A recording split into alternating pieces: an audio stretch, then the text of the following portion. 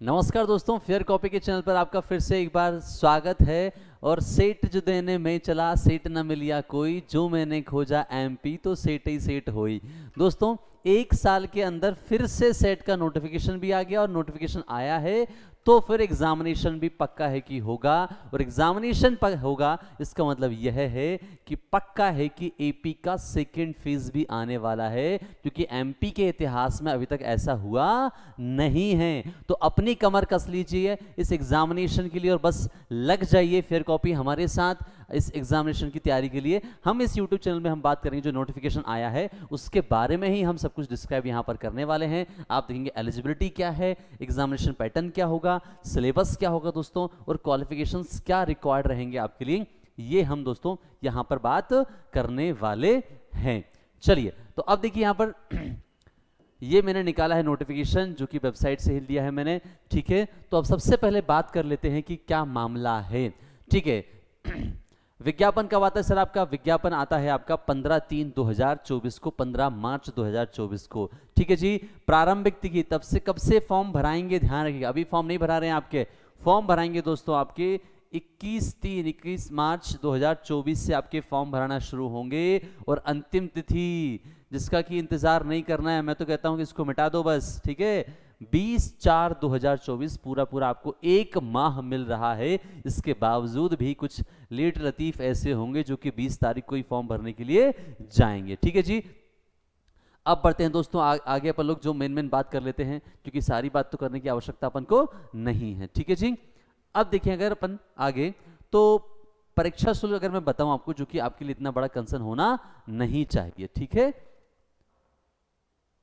हाँ जी, तो यहां पर देखिए आप परीक्षा शुल्क कितना लगेगा आपका, यहां पर जो मूल निवासी हैं उनके लिए लगेगा 250 रुपए लगेगा, ठीक है जी। और जो 40 रुपए अतिरिक्त पैसा है, ठीक है, इसको आप इग्नोर कर सकते हैं। और बाकी लोगों के लिए अगर बात करें अपन लोग तो 500 रुपए जो है खर्चा इसमें आने वाला है, ठीक है। इतना बड़ा कोई मुद्दा नहीं है तो आप उसको छोड़ दो बिल्कुल, ठीक है। अब जो मेन बातें हैं सिर्फ अपन को वही डिस्कस करनी है, तो अपन उनको देख लेते हैं। बस मेरा पेन काम करने लग जाए तो ठीक है। अब आ जाते हैं जो काम की चीज़ है। काम की चीज़ क्या है सर? ये है काम की चीज़, ठीक है। प्रश्न पत्र कितने होंगे आपके आप देख लीजिएगा। OMR सीट से आपके एग्जामिनेशन होंगे। और खास बात यह है कि इस बार भी क्या हो गए, ऑफलाइन पद्धति से ही आपके एग्जामिनेशंस होंगे, ठीक है। कितने विषयों में की जा रही है सर? ये 20 विषयों में जो है सेट आपका लिया जा रहा है, राज्य पात्रता परीक्षा ली जा रही है। कितने प्रश्न पत्र होंगे सर? आपको पता है कि सेट नेट जो पैटर्न है उसमें 2 पेपर होते हैं। 2 पेपर कौन कौन से होते हैं सर आपके? एक जो होता है वो जनरल पेपर होता है आपका, और दूसरा जो है दोस्तों वो क्या होता है, सब्जेक्टिव होता है। जिस भी विषय में आपने मास्टर किया हो उस विषय में ये सेकेंड पेपर लिया जाता है। जनरल पेपर की अगर मैं बात करूं मोटा मोटा अगर मैं यहां पर बताऊं तो यहां पर क्या मिलेगा आपको, general paper on the teaching and research aptitude, ठीक है। इसके बारे में होगा आपका वो जो सेट है, वो शासन जो है वो आपसे जानेगा कि आपको टीचिंग के बारे में आता है नहीं आता है, रिसर्च एप्टीट्यूड आपका कैसा है ये पता करेंगे। सेकंड मैंने आपको बता दिया दोस्तों कि आपका सब्जेक्टिव पेपर होगा। सब्जेक्टिव का मतलब ये है दोस्तों कि आपने जिस भी विषय में क्या करके रखा हो, मास्टर करके रखा हो, ध्यान रखिएगा मैं अंडरलाइन कर रहा हूं, जिसमें आपने मास्टर करके रखा हो। आपने 4 चीजों में ग्रेजुएशन करके रखा है, आप चारों में नहीं दे सकते, पर जिसमें आपने मास्टर करके रखा हुआ है बस आप उसमें ही जो है वो सेट दे सकते हैं, ठीक है जी। एमसीक्यू की अगर बात करें दोस्तों यहाँ पर तो ऑब्जेक्टिव टाइप क्वेश्चंस आएंगे, आपको पता होना चाहिए। एमसीक्यूज आएंगे आपके, एमसीक्यूज का जो पैटर्न हो सकता है वो कुछ भी हो सकता है, बस ध्यान रहे कि वो मल्टीपल चॉइस क्वेश्चंस रहेंगे। वो मैच दी फॉलोइंग्स हो सकते हैं, ट्रू फॉल्स हो सकते हैं, असर्शन रीजनिंग हो सकती हैं, तो इस प्रकार की चीजें हो सकती हैं। चलिए अब देखते हैं दोस्तों अपन लोग आगे और क्या इंपॉर्टेंट चीजें इसमें। देखिए ये तो अपन ने बात कर ली कि फॉर्म कब से भराएंगे, कितने पेपर होंगे, 2 पेपर होंगे सर। इसके बाद अगर अपन जाकर के देखें यहाँ पर तो न्यूनतम शैक्षणिक योग्यता, मिनिमम क्वालिफिकेशंस क्या होने चाहिए, ये बहुत जरूरी है देखना, ठीक है जी। तो आकर के देखते दोस्तों यहाँ पर लिखा है सर आपका मास्टर्स होना चाहिए, ठीक है। क्या होना चाहिए आपका? मास्टर, जो मैंने आपको ऑलरेडी बता दिया है, ठीक है। साथ ही साथ देखिए अगर आप मास्टर कंप्लीट नहीं है, देखिए यहां पर लिखा हुआ है, मैं आपके लिए पढ़ भी दूंगा।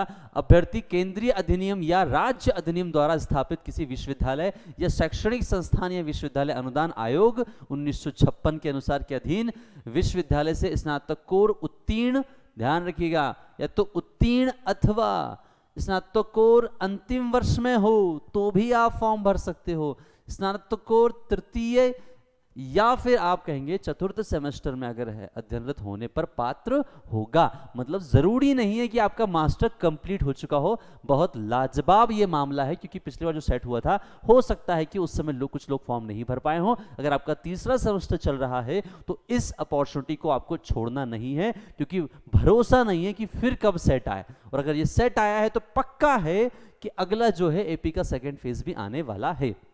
अब आप देख लीजिएगा, अनारक्षित श्रेणी के लिए मास्टर तो होना चाहिए दोस्तों।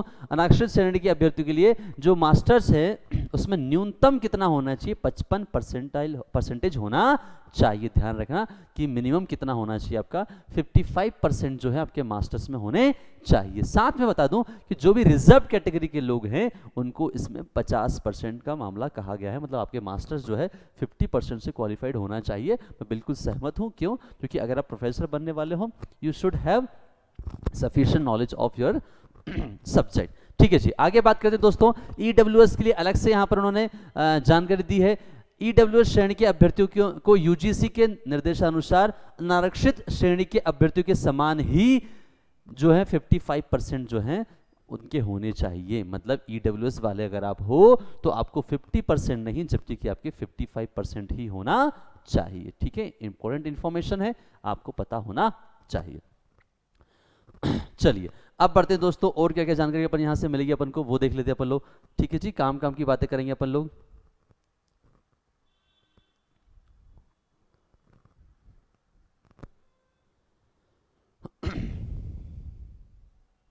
ठीक है जी, चलिए अब बात करते हैं एक और इंपॉर्टेंट चीज है दोस्तों। यहां पर फंडा क्या चलता है सर आपका कि मिनिमम आपके नंबर्स कितने होने चाहिए। इसका मतलब अगर मैं आपसे कहूं, देखिए 50 नंबर का पहला पेपर होता है, 100 नंबर का जो क्वेश्चंस का सेकंड पेपर होता है, ये दो नंबर के होते हैं।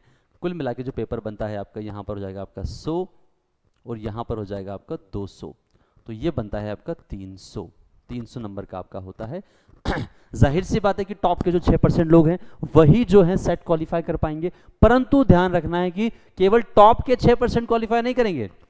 वो 6% टॉप के जो लोग हैं उनको मिनिमम जो है इसका 40% अर्जित करना होगा, या फिर जो अपन रिजर्व कैटेगरी की बात करें अपन लोग तो उनके लिए 35% उन्हें लाना ही होगा। मतलब ऐसा नहीं है कि आप इसमें से 20% नंबर ही ला पाए और आप टॉप के 6% में आ गए तो आपको सेलेक्ट नहीं माना जाएगा। टॉप के 6% भी होने चाहिए और आपके मिनिमम 40% या फिर 35%, जो भी आपका कैटेगरी लगता हो उसके अनुसार मिनिमम इतने नंबर्स तो होने ही चाहिए। ठीक है जी, तो मुगालदे में नहीं रहना है कि टॉप के 6% को लिया जाएगा, है ना। अब चलते दोस्तों आगे अपन लोग। हाँ जी, है ना, शहर की बात कर लेते हैं। ठीक है, अगर आप पढ़ाई कर रहे हैं तो फिर आपको ये कंसर्न नहीं होना चाहिए कि कहाँ पर आपको परीक्षा देने जाना है। पर अगर फिर भी बात करें अपन तो जो बड़े बड़े शहर हैं सारे लेकर के रखे हुए हैं। ध्यान ये रखना है कि आपको कोड अच्छे से डालना है जब आप एग्जामिनेशन फॉर्म को भरने के लिए जाएं। इंदौर, भोपाल, ग्वालियर, जबलपुर, रीवा, सतना, सागर, उज्जैन, नर्मदापुरम, शहडोल, खरगोन और रतलाम, इतने जगह में टोटली कहूं तो पूरे मध्य प्रदेश को कवर कर लिया है, ताकि किसी बच्चे को परेशानी ना हो एग्जाम को देने के लिए, है ना। तो ये बस ध्यान रखना है अपन को कि अच्छे से शहर भरें। ठीक है, अगर इसमें कोई गलती हो भी जाती है तो कोई दिक्कत नहीं है, परंतु आखिरी में जाके थोड़ा सा आपको सेंटर दूर मिलेगा। ठीक है जी।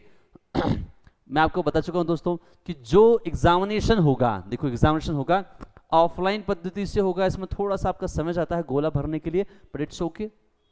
जो भी पैटर्न हो हमें रेस्पेक्ट करना पड़ेगा, उससे ही हमको एग्जाम देना पड़ेगा। ठीक है, ऑनलाइन में सिर्फ क्लिक करो आगे बढ़ जाओ वाली कहानी होती है। 2 प्रश्न पत्र होंगे जो मैंने आपको समझा दिए हैं। दोनों ही प्रश्न पत्र पाठ्यक्रमानुसार पूर्णतः वस्तुनिष्ठ, दैट इज ऑब्जेक्टिव टाइप होंगे, ये मैंने आपको ऑलरेडी बता दिया है, ये आपको समझा दिया। ध्यान रखने योग्य बातें ये हैं कि दोनों प्रश्न पत्रों के मध्य कोई अंतराल नहीं रहेगा। अगर आप ये सोचो कि एक पेपर हो जाएगा फिर उसके बाद हमको गैप मिलेगा फिर दूसरा होगा, तो ऐसा नहीं होगा। आधे घंटे का भी गैप नहीं रहेगा, है ना, कोई अंतराल नहीं होगा, मतलब वो साथ में ही होगा। जो मैं ऑलरेडी समझा चुका हूं, प्रश्नों की संख्या पेपर 1 में 50 होगी, सेकंड में कितने होगी सर, सेकंड पेपर में भी 100 होगी। ठीक है जी, एक क्वेश्चन जो है वो 2 नंबर का है, एक क्वेश्चन जो है 2 नंबर का है, तो 50 गुणे 2 हो गया 100, 100 गुणे 2 हो गया 200। टोटल पेपर जो होगा दोस्तों कितने का होगा, 300 नंबर का होगा। मैं ऑलरेडी आपको समझा चुका हूं। 3 घंटे, ये 3 घंटे निर्धारित करेंगे कि सर आप क्वालिफाइड हैं या फिर नहीं है। चलिए जी, अब आगे बढ़ते दोस्तों। 3 घंटे का पेपर भी हो गया हमारा, जो हमें देखना था।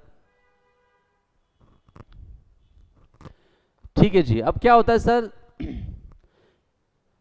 कि हम बता चुके हैं कि 20 विषयों में होगा, वो आगे हम बात करेंगे। परंतु एक बात और ख्याल रखिएगा, ज्यादा ही आपको बाबा रणछोड़दास छाछड़ बनने की जरूरत नहीं है। क्यों? क्योंकि यहां पर नोटिफिकेशन में साफ साफ बताया है कि राजा या फिर राजकुमारी, राजकुमार, अगर आपने ऑलरेडी यूजीसी नेट का जो है पेपर क्वालिफाई करके रखा हुआ है, या फिर आपने मध्य प्रदेश का जो सेट है वो ऑलरेडी क्वालिफाई करके रखा हुआ है, पहले से ही क्वालिफाई हो, तो काहे अपने ज्ञान का परीक्षण कर रहे हो? आपको एग्जाम देने की जरूरत नहीं है। और फिर भी अगर आप आते हो कि नहीं हम तो देंगे, तो फिर ऐसा पाए जाने पर साफ साफ लिखा है दोस्तों, दंडात्मक कार्यवाही की जाएगी।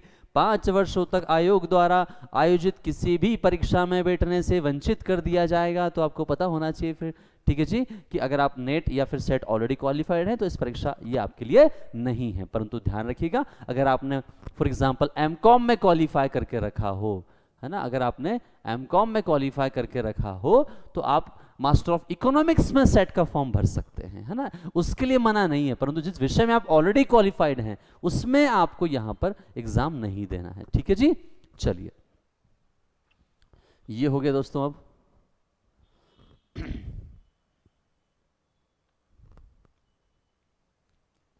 हम समझ चुके प्रत्येक उसके लिए जो है फिर भी आप जानना जरूरी है, क्योंकि क्या होता है कि कई बार हम चीजों को भूल जाते हैं। ठीक है, एक प्रश्न के 2 नंबर होंगे, ठीक है, सही करोगे तो 2 मिलेंगे।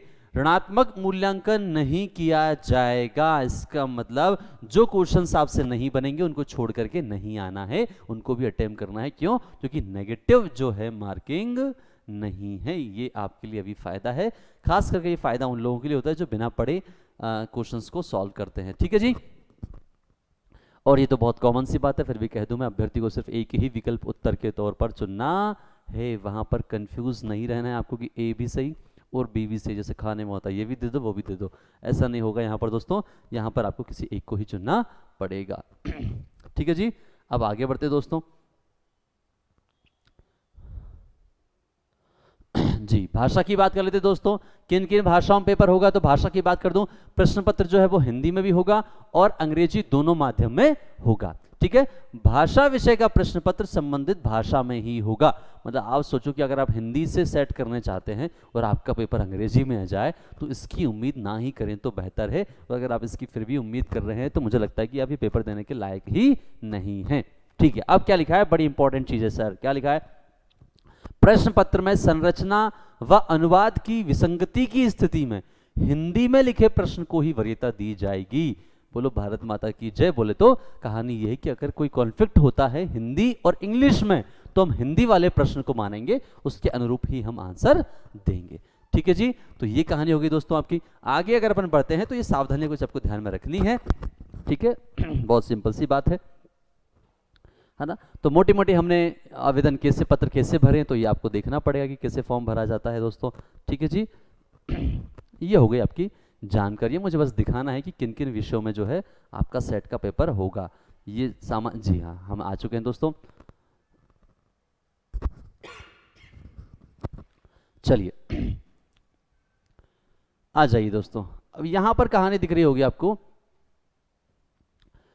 पेपर 1 तो हो गया आपका। मास्टर्स की बात करें तो पहला होगा केमिकल साइंस, रसायन विज्ञान, जिसमें कि विषय जो रहेंगे स्नातकोर के स्तर के जो विषय हैं, अगर आप इनसे आपने क्वालिफाई करके रखा हुआ है तो आप केमिकल साइंस में जो है वो अपना पेपर दे सकते हैं। ध्यान रखिएगा, इनको आपको आराम से पढ़ना है, जिस भी सबके लिए पढ़ने की आवश्यकता नहीं है, मैं मान रहा हूँ, क्योंकि आप सिर्फ रिलेटेड चीज़ ही देखेंगे यहाँ पर, ठीक है। तो आप अगर इनसे मास्टर क्वालिफाई किया आपने तो फिर आप केमिकल साइंस से जो है अपना फॉर्म भरेंगे, ठीक है जी। आगे चलते दोस्तों। हाँ, कॉमर्स वालों के लिए ध्यान रखना है आपको भैया कि अगर आप एमकॉम करके रखे हो तो ही तो ही जो है आप फॉर्म भरेंगे, अन्यथा आप नहीं भरेंगे। पहले क्या होता था कि एमबीए वालों को भी लेते थे, यहाँ पर भी अलग से लिखा हुआ है, कॉमर्स वाले हैं तो ही आप कॉमर्स में करेंगे, ठीक है। अब यहाँ पर अगर बात करते हैं तो या तो आप इकोनॉमिक्स से हो सकते हैं, या मास्टर ऑफ बिजनेस इकोनॉमिक्स से हो सकते हैं, अप्लाइड इकोनॉमिक्स से हो सकते हैं, या फिर एमबीए बिजनेस इकोनॉमिक्स से अगर हैं तो फिर आप जनाब इकोनॉमिक्स से जो है वो फॉर्म भर सकते हैं। अंग्रेजी वाला बंदा अंग्रेजी से फॉर्म भरेगा, ज्योग्राफी वाला ज्योग्राफी से भरेगा, हिंदी वाला हिंदी से भरेगा, और लिंग्विस्टिक्स से भी अगर भाषा विज्ञान भी करके रखा है तो भी आप हिंदी से फॉर्म भर सकते हैं। हिस्ट्री में अगर आपने डिफरेंट जगह से मास्टर किया, फॉर एग्जांपल हिस्ट्री किया, मॉडर्न हिस्ट्री है ना, और मध्यकालीन हिस्ट्री किया, एंशियंट हिस्ट्री किया है, तो फिर आप हिस्ट्री से फॉर्म भर सकते हो, है ना। ये मास्टर्स के विषय हैं और आप अगर इनसे आपने मास्टर करके रखा है तो आप इससे सेट का फॉर्म भर सकते हैं। वैसा ही होम साइंस से करके रखा हुआ है तो आप होम साइंस से फिर फॉर्म भर सकते हैं। अगर लॉ से करके रखा है तो फिर आप लॉ से फॉर्म भर सकते हैं, ठीक है जी। चलिए आगे बढ़ते हैं दोस्तों अपन लोग।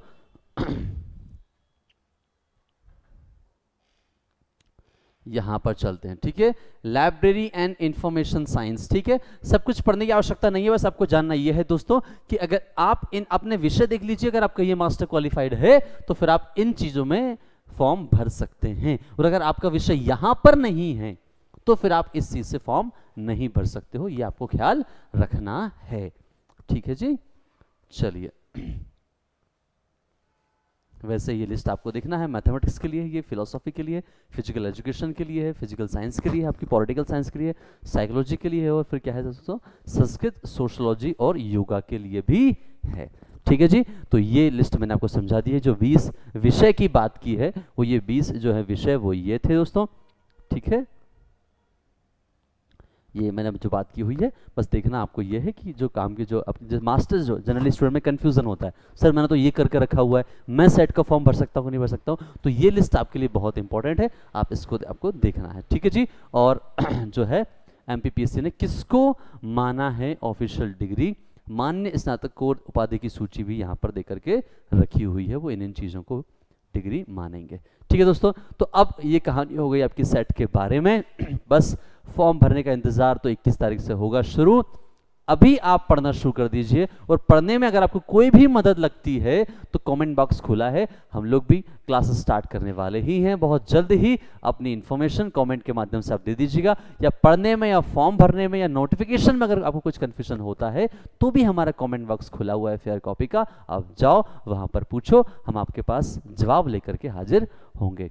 हम फिर मिलेंगे कुछ नया लेकर के, तब तक के लिए नमस्कार।